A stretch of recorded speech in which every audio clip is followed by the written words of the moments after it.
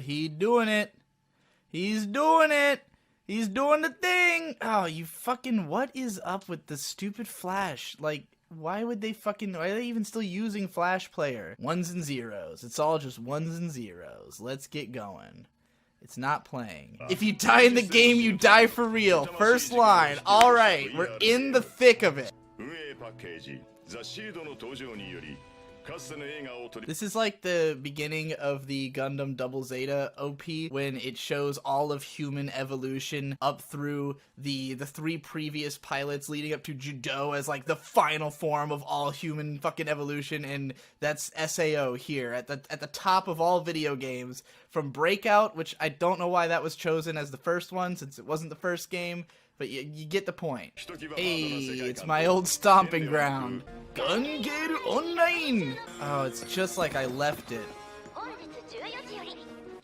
Alright, so this has bothered me ever since SAO2, that they look exactly the same as the generic level 1 players in SAO. I guess level 1 players are always just meant to be wearing drab, brown, generic shit, but it's just really funny. I was kind of hoping that because we're on Studio 3 Hertz now instead of A1 Pictures, that maybe they'd not have this issue, but I guess I'm glad they're not CG pedestrians. I've never understood the SAO gimmick of having characters stand around in a virtual bar watching a virtual TV. Why would they continue this culture inside of a video game? It's just strange. Like, I've never seen an MMORPG that does that, and it would be perfectly possible, but obviously it doesn't happen because it would be stupid. She's cute. I like the pink.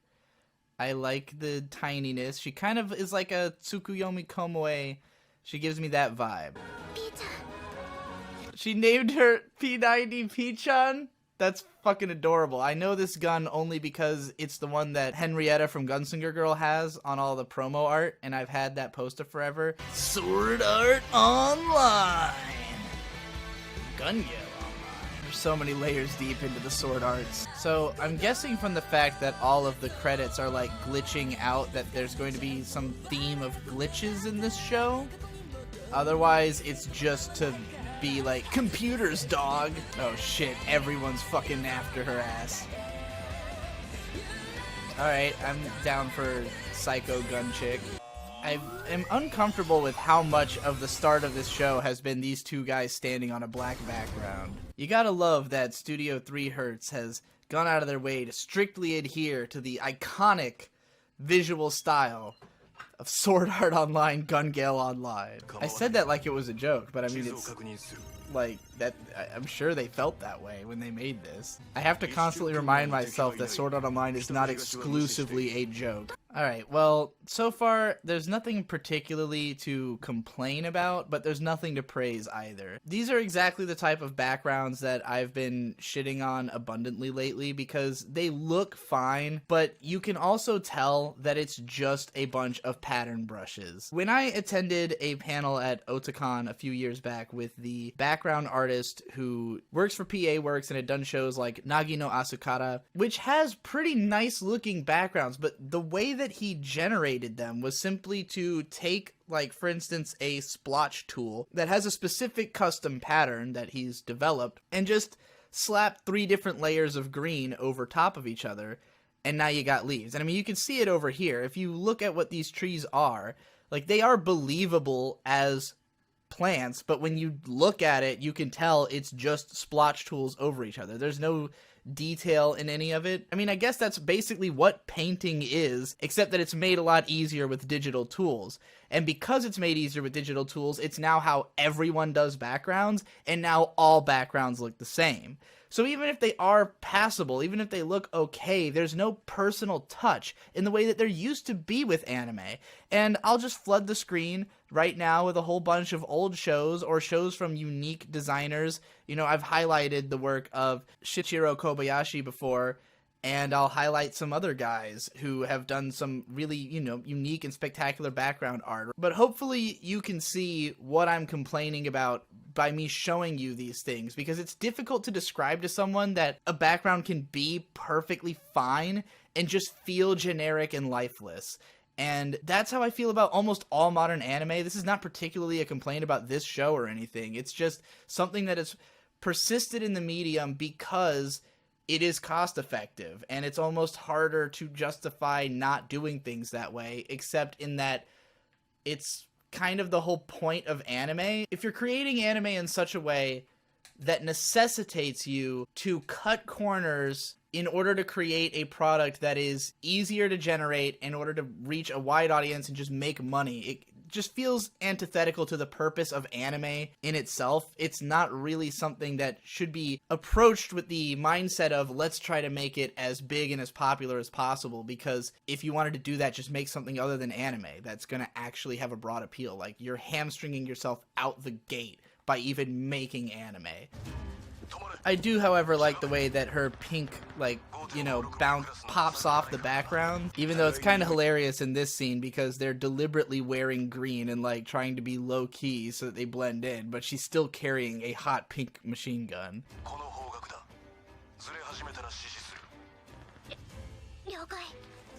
There's something really funny to me about the fact that when they talk through the comms, it has, like, that effect to sound like a walkie-talkie, even though they're in an online game, so they're already talking through headsets. There's already that layer of abstraction. They've just added in another one, and not to say that I even think that that is unrealistic or something I wouldn't expect from a game like this, because it's absolutely something I'd expect from a game like this, which actually makes it kind of hilarious and a good decision. Oh boy, this is awkward.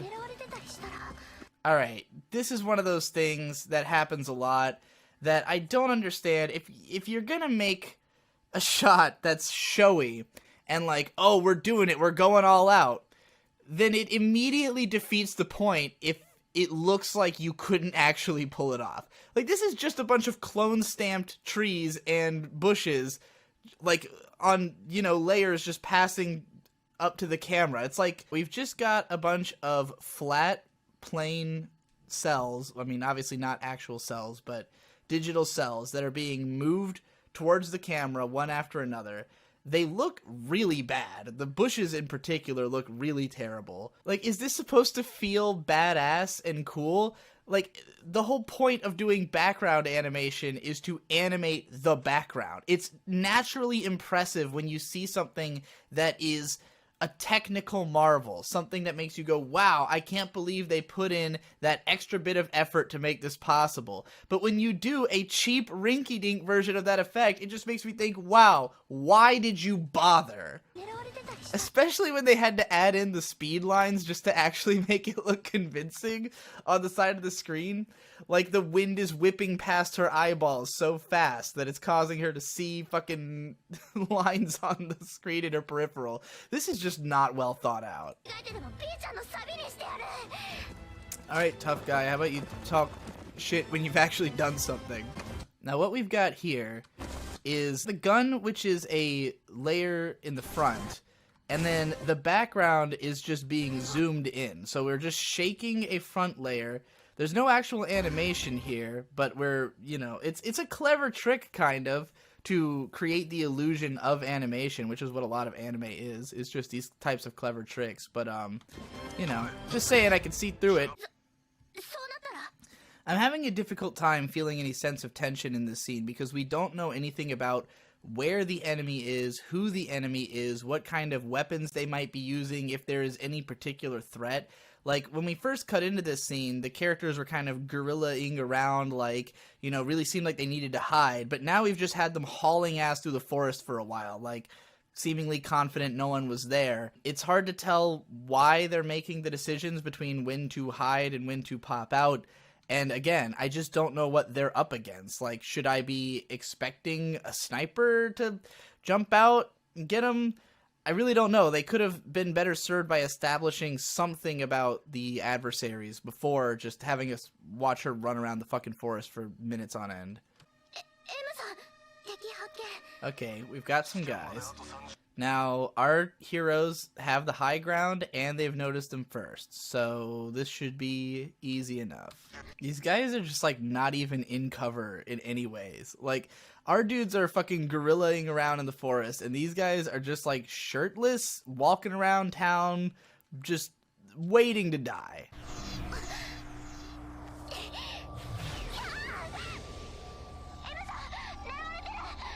Okay, well, I mean, you've got the entire forest for protection here.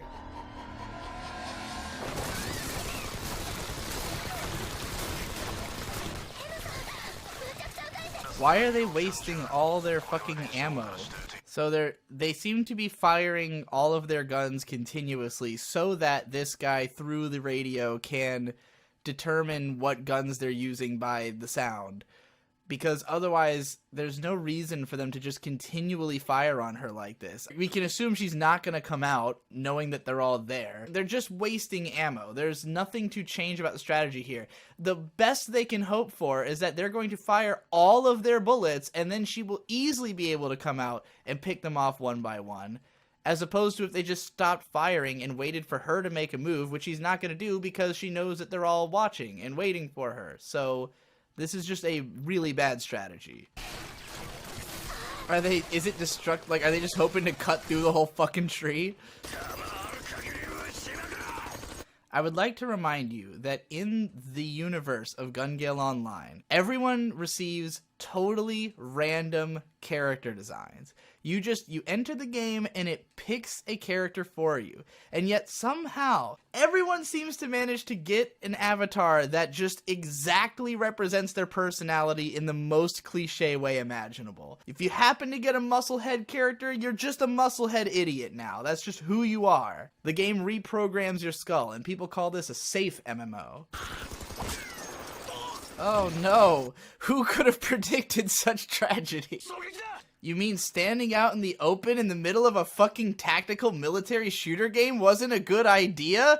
Wow! Also, if this is supposed to be like such a edgy fucking hard-ass game, why is it that when you get shot, it's just like some goofy little digital effect? Like, why wouldn't they have a blood spray and like kill cams? Like, if you look at any like military shooter game that's trying to have this kind of aesthetic, they usually go all out on the realistic gore.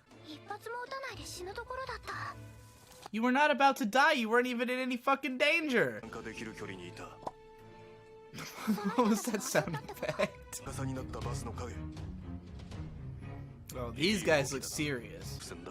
This show has a lot of talking about shit that doesn't matter. Constantly analyzing the strategies of what the enemies are doing, but we don't actually see them doing these things. And by the time they actually engage, it won't matter. So it just feels like lots and lots of fluff to make it seem like shit's going on when fucking nothing's going on. If I was playing this as a video game, it's possible that all of the things which this guy is explaining out loud are things which would be running through my head. Not so much likely that I'd actually be thinking these as complete thoughts, so much as just instinctively coming to these conclusions as a matter of having played. And so I guess having him explain it all to this newcomer, it's like, yeah, he's just basically telling her all the stuff that he would just be naturally thinking about.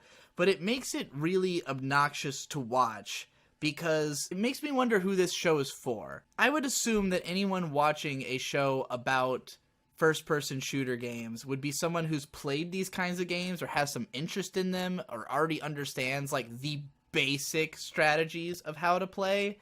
Like, I don't think we need it explained to us that you have to use tactics, which is essentially what is being explained. Like, nothing that's being explained is particularly advanced or, like, setting up a scenario where some crazy shit could happen. It's not like chess pieces being moved around the board. It's just like a guy telling a girl who's a total noob, hey, you have to use strategy because it's a strategic shooter game.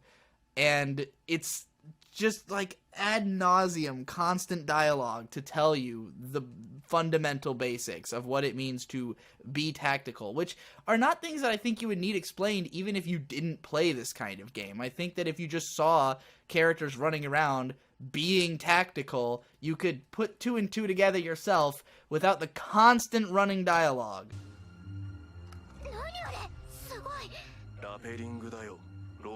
Yes. As soon as I saw that guy going down, I thought, we're about to get an explanation on what repelling is. And sure enough, some shit that you were taught in elementary school is now being explained in the middle of the goddamn anime. Because apparently this girl's never heard of repelling.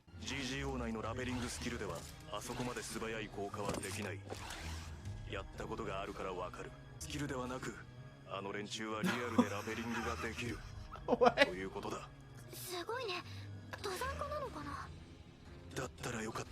Okay, so I guess Log Horizon rules now apply in the Gun Gale Online universe. So what this guy just explained is that just by using the skill repel, you cannot repel as fast as if you know how to do it and are doing it.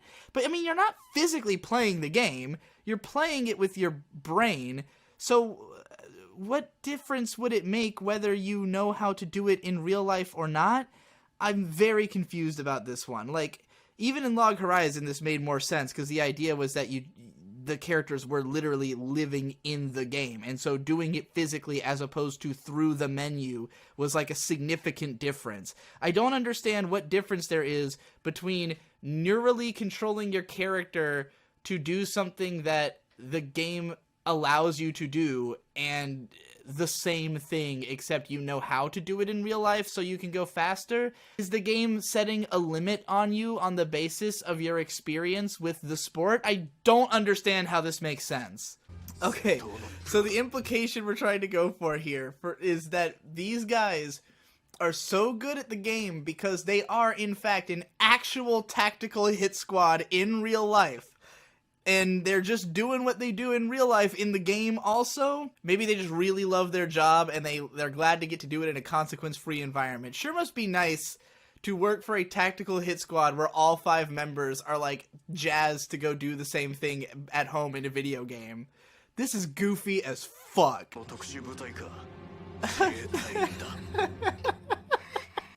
So we're like 17 minutes into the first episode of this show, and so far our main character has exclusively expressed absolute cluelessness over everything happening and occasionally made a pouty face that I guess is supposed to be cute and endear you to the character, but it does no such thing. She is obnoxious as shit, and I have no desire to watch her adventures whatsoever. Meanwhile, this guy just dumps exposition on her with the patience of a fucking saint, I might add, since he never breaks his stream of consciousness of exposition for a single second. At no point has he addressed her in any kind of personal way. She just obnoxiously asks questions, and he straightforwardly gives answers, and that's been the last 17 minutes of anime that I've watched. Are you feeling lucky, punk? Yeah, I am feeling lucky. Yeah, lucky Garu! Where's Kirito? Okay, so now that we're doing the part of the mission where we're going to sneak past everybody, let's ditch the camouflage.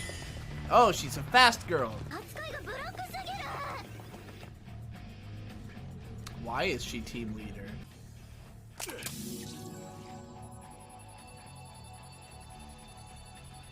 Once again, in this realistic military shooter game, the med packs are just some glowy Phantasy Star Online bullshit that heals up your health bar, which is not something I would even expect to exist in a game like this. I'm kind of even surprised they have a UI at all in this game, going by the way that this is all presented in the original Gun Gale Online.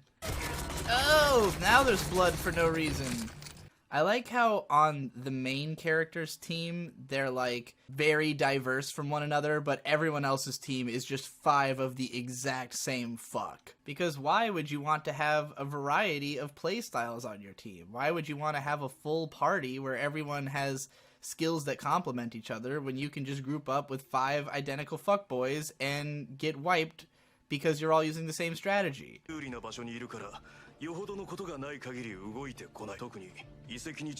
I like to believe that because we haven't seen any of these locations or know anything about what the hell this guy's talking about, that these icons on the map, he's just interpreting them as he sees fit. Like, that one's the spaceship and this one's the ruins just because it happens to look that way. Imagine if when he says things like, the team at the ruins, there was like a cutaway to the team at the ruins, and you saw a shot of some cool looking ruins that made you think, wow, I hope we get to see a shootout there, that place looks cool, and not just like continual back and forth shots of the main character's fucking faces.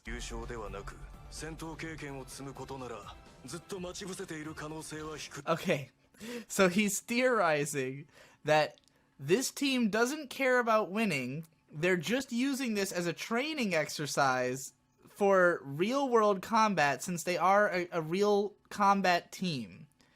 Never mind that they already seem to be well-trained, to the point that they are better than everyone else in this game. If being well-trained in real life means that you're too good at the game and you dominate everyone else, how will it train you to play the fucking game? Oh boy, this sure is a fucking exciting thrill ride of an action series. It has.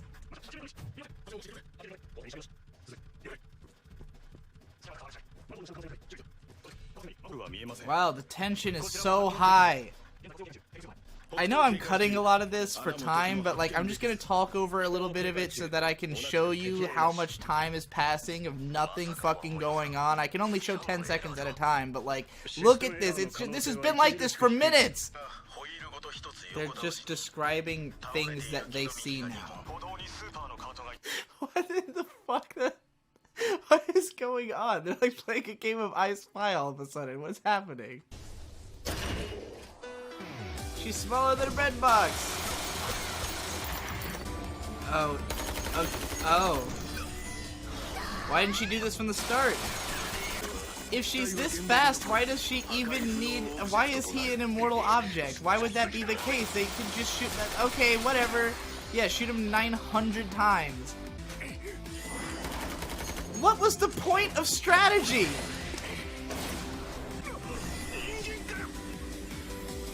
No, I'm not human. I'm a video game. Okay, well, that was the stupidest shit I've ever seen in my life. So this entire episode was 20 minutes. 20 fucking minutes of the two characters wandering through the forests and the towns, slowly having discussions about tactics, about how you need to fucking make sure the enemy is distracted and use all these fucking crazy skills and shit to make it through. And we had fucking minutes on end of characters just like looking at stuff and fucking being super tactical. And then she just literally runs out and is fast. That's the strategy that won out in the end. She is fast. She's so fast, they can't even shoot her. Who cares that they're military trained? Who cares? It amounted to nothing. So she happens to get the drop on them because, she's nearby? Like, I can't, like, they all three had beads on her. Look at this shot where they've all three got beads on her, and she just outruns the bullets. So what did any of it mean? Why? Why did I have to sit through 20 minutes of tactics if there weren't going to be any tactics in the fight? I don't understand! Is that what happens when you log out? You just fall down dead? Oh no. The whole cast of Love Live was watching. I can't... Like, that was the most vapid, imaginable experience. For the reasons I just said. There's not really much to add because nothing else happened. All that happened the whole episode was a long, slow, tedious chain of exposition of characters insisting that you need to be tactical and think about your next move, while in the meantime setting up no tactics at all. At no point did anything happen that would cause you to think or give pause or consider how they're going to get out of this. It was just characters running across town and then dodging bullets and killing the bad guys. This was honestly even worse than the first episode of Sword Art Online Season 2, because that episode at least established character traits and a plot, and we saw, at the very least, some cool animation in the fight, even if it made no fucking sense. This had nothing. There was nothing of value here. I don't understand how you could make it even worse. The only thing this show has going for it is a cute pink outfit, I guess? That was miserable, and I hate myself for even trying. I don't know why I thought this was going to be, non-excruciating, but it was actually terminally cancerous. And I'll probably die within 12 hours if I don't make it to the hospital. So I'm gonna go hightail it out of here. I'll see you in the next video. Support me on Patreon if you enjoy hearing me complain about anime for some fucking reason. Bye!